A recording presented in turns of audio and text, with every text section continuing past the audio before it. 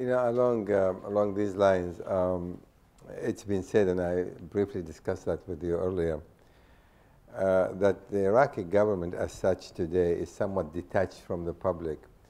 They operate pretty much in the green zone, whereas the security forces and the military are spread all over the country. They are far more in contact with, on a day-to-day basis with the people.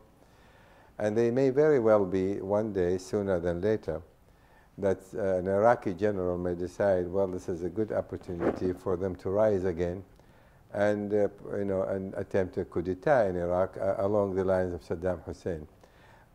Do you see such possibility? And if not, why do you discard that possible outcome? Well, first of all, let us explain why politicians are protecting themselves in the international zone. We have lost many politicians. In the governing council that you referred to, I lost 2 of my colleagues. Outside the governing council, out of the people I've worked with personally, at least half a dozen were murdered. I myself was subject to an assassination attempt.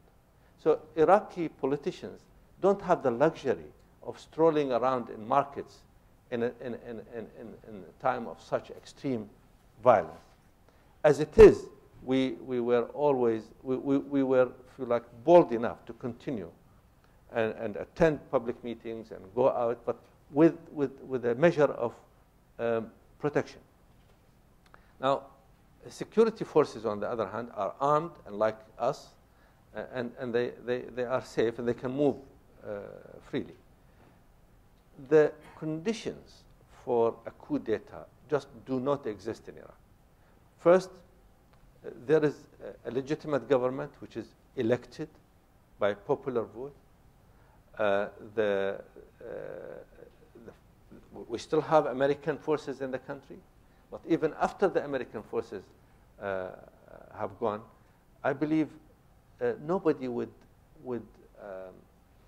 be able to muster enough military power to go against this current of political process and consensus. But if you're saying that politicians today are still fearful for their life, if they roam around outside freely outside the green zone, it is less now than it was. It is less, but still today they probably will not go without taking special care, even today. What sort of message are you really sending to the Iraqi people that their politicians, their leaders, are sequestered in the green zone? They cannot go out. Whereas the military that are taking care of the country, de facto, the security of the nation, they move around, they establish close relationship with the various groups.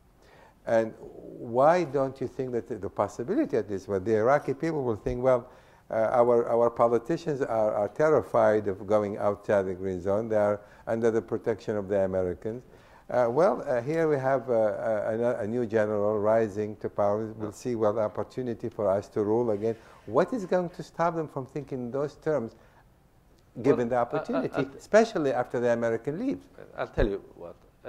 Let's look just at the recent provincial elections. Now, there's a new crop of leaders, local, provincial leaders, elected by people from within their own communities. These are people who the local people know, and they live within that community. Even they have to quickly protect themselves because they are high-value targets for Al-Qaeda or what. But they are people that are not only recognized, they have been elected by the local population.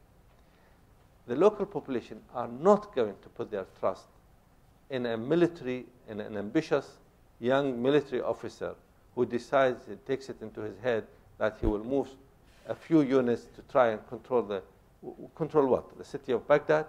It is an impossibility. people have tasted freedom, they will not go back to dictatorship. This is the point, Ambassador. This is exactly the point, that to what extent that taste of a freedom is now embedded, is becoming part and parcel of Iraqi psyche and Iraqi. It's very important. Now, how do you see that? To what extent really has seeped into the Iraqi soul and spirit? Let me tell you, only somebody who has lived through Saddam's dictatorship would understand how important this is to them. Let me demonstrate that. During the darkest days that Iraq went through, there were opinion polls taken throughout Iraq.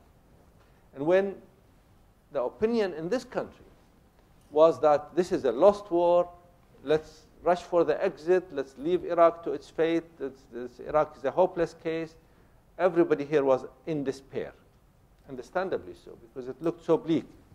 Even during those times, opinion polls showed Iraqis to be optimistic about the future, to believe that the next year is going to be better than this year. This is remarkable. This is absolutely remarkable. And this is only because they've tasted freedom, and it feels different. Under Saddam, there was no horizon. Saddam was going to rule them forever. They were never going ever to be free. You know, just take simple things. During Saddam's time, Iraqis had no access to the internet. They could not use a mobile telephone. They could not express themselves.